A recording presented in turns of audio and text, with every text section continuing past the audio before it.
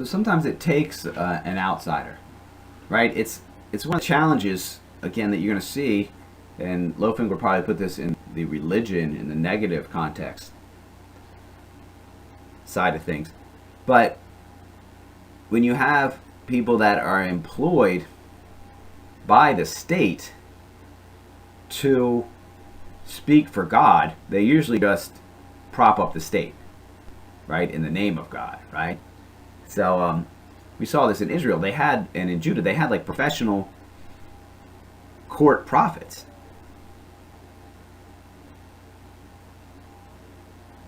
Right? People that were, it's their job, they worked for the king, they got paid by the king to share the word of God with people, right? Of course, what do you think they're usually sharing, right? Imagine if a king, says, okay, court prophet number one, please tell the people what God is thinking. And he says, oh, God thinks you're screwing it up on this one. That thing you did when you took those small arms from those small farmers, and then you gave them to the nobles in Gad. Remember that? God said, whoa, that was wrong, man. You did the wrong thing. And the king's going to be like, okay, thanks for your opinion, prophet number one. Prophet number two, what do you think?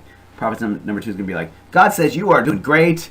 Everything you do is perfect. You are really pleasing to the Lord. Right? What's the king going to do? He's going to be like, yes, nice job, prophet number two. Come on, why don't you move one seat up? Prophet number one, why don't you go find another job? Right? You're fired, basically.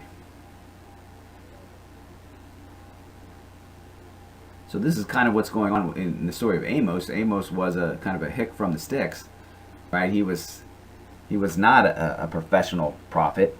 He actually bred animals and tended fig trees. And when the priest of Bethel, right, the professional prophet Amaziah, who worked for the king Jeroboam,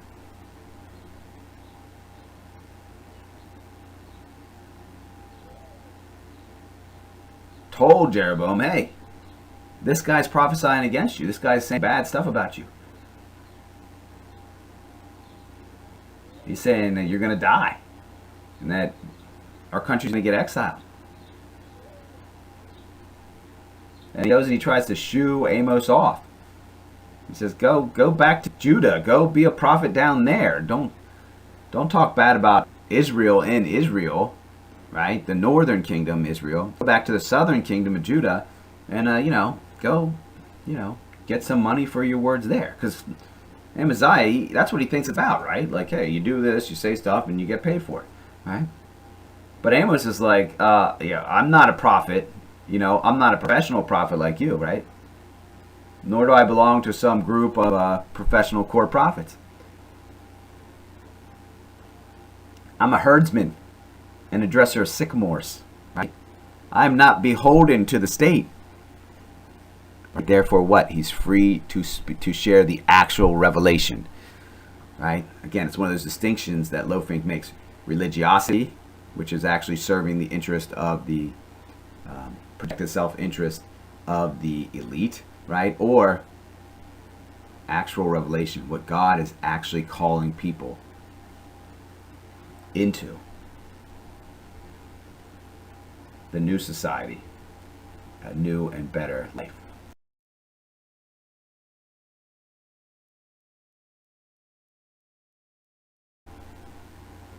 Now, Loefing's like, doesn't mean it's always an outsider, sometimes takes an insider. Sometimes insiders do a great job too.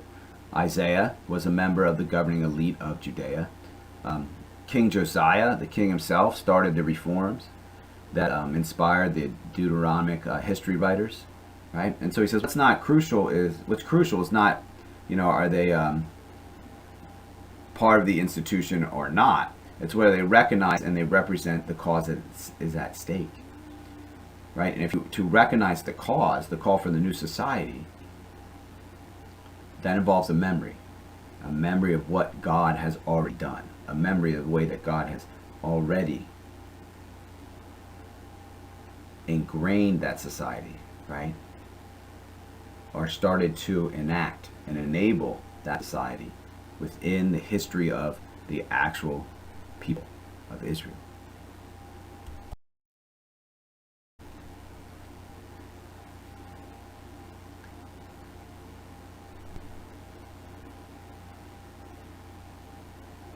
Loafing points out it's kind of, it might be a little difficult for us to kind of get the mindset of the ancient Israelites, because when we think about like vision, we think about looking in the future. Like we're like, don't look back, only look ahead, right? And so, but what's going on when you look ahead? What are you seeing? You're not seeing anything, man. No one can see the future. When you look ahead, you're seeing projections, you're seeing imaginations. And where do you get those ideas from? You get them from the past. You say, I went like this and went like this, so I guess in the future it'll go like this and go like that.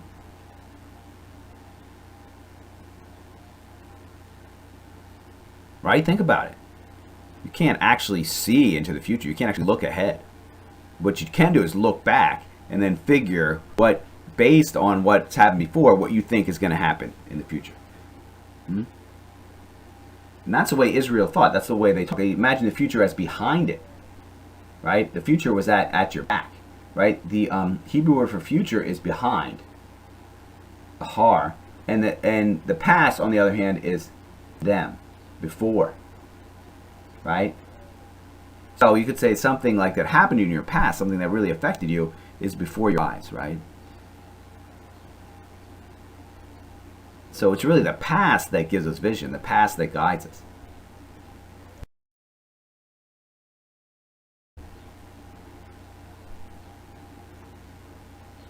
Right?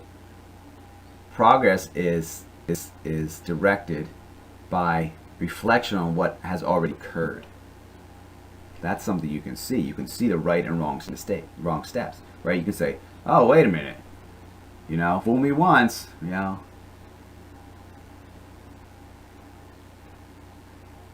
You can say, hey, oh yeah, well, we tried that before. That didn't work. Let's do something different.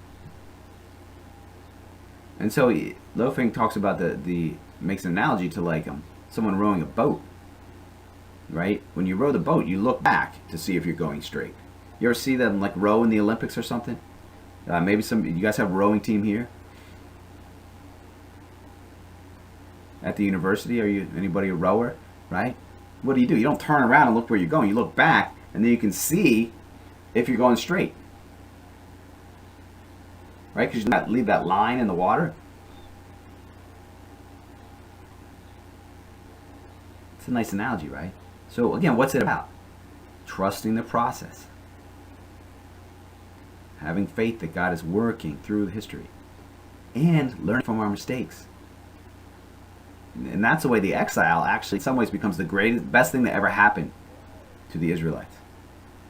Again, you probably have stuff like that in your life, right?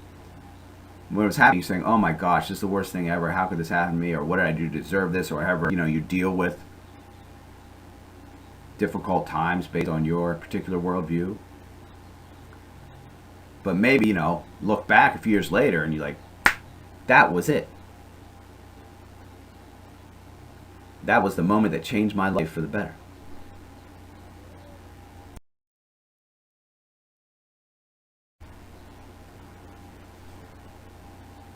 So that was the exile for the Israelites. The catastrophe of the exile proved to be a saving history and a step into the future. Right? Because why? Because they were reborn. They took up the covenant again. And they took it up in a more authentic and heartfelt way. Right? They understand the exile as a happy fall. That's where we actually learned who we were. That's how we actually learned to get it together, so to speak. That's where we actually learned the direction that we're going in.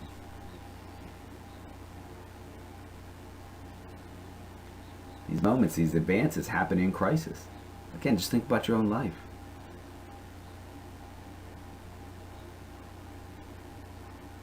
When the Israelites, in their affliction, they said, well, how did we get to here? How did things get so bad? What happened? And then they say, oh, it's because we did this and this. And then they can learn how not to do this and this again. Right? I mean, hopefully that's what's happened in our lives too, right? We learn from our mistakes. Now, people, what do you need to do to learn from your mistake? And this is what gets people. You got to admit you made a mistake. Think about the most miserable, I don't know, I'm going to use this word, ignorant, person think about the person who just keeps, you look at them and you're like, oh my gosh, that person continually does the same thing wrong. And then they continually are unhappy. And they just don't get, why they're so unhappy, right? The person who just lives bad, is living poorly. You know what I'm talking? All right, you probably know somebody like that, right? Just think about somebody like that, right? What's the thing? What can't they do? I bet they cannot admit that they made a mistake, and therefore they cannot learn from their mistake, right? They always got to be right.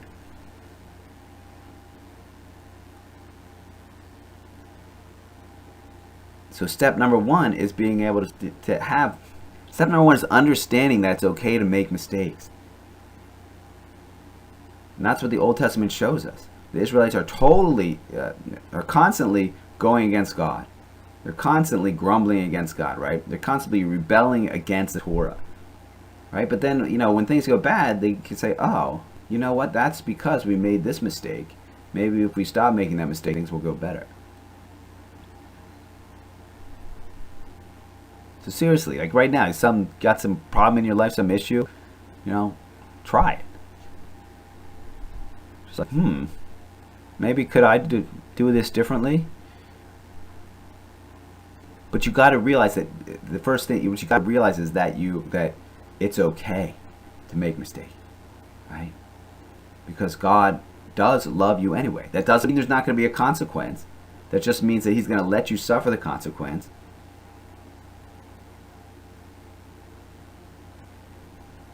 And then help you deal with it.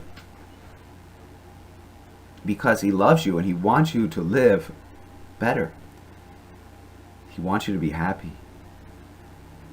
He wants you to share in the joy of true, loving community.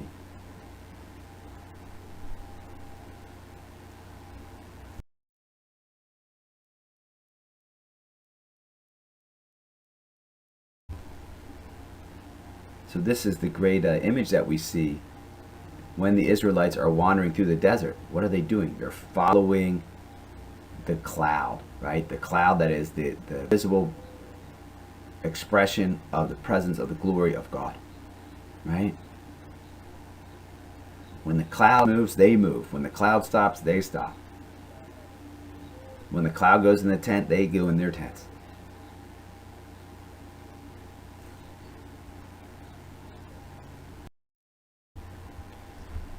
So the new society, which God started with Abraham and is bringing to fulfillment in His church, is constantly in danger.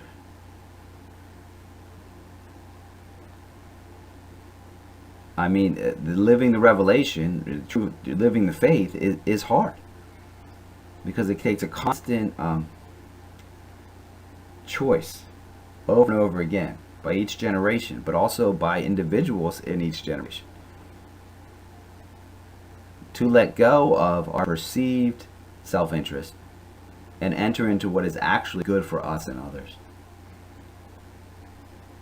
Right? That community of freedom, equality, fraternity, authentic love, and care for one another.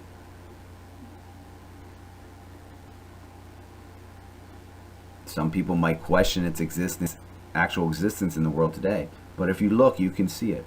If your eyes are open, you will see. And you yourself might even participate in sometimes, right? That community of actual unconditional love, in which we take care of each other, as St. Paul said, and as revealed in the Eucharist.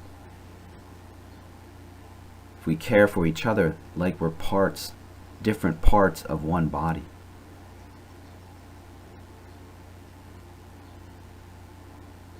So although it might not always be obvious, it does remain.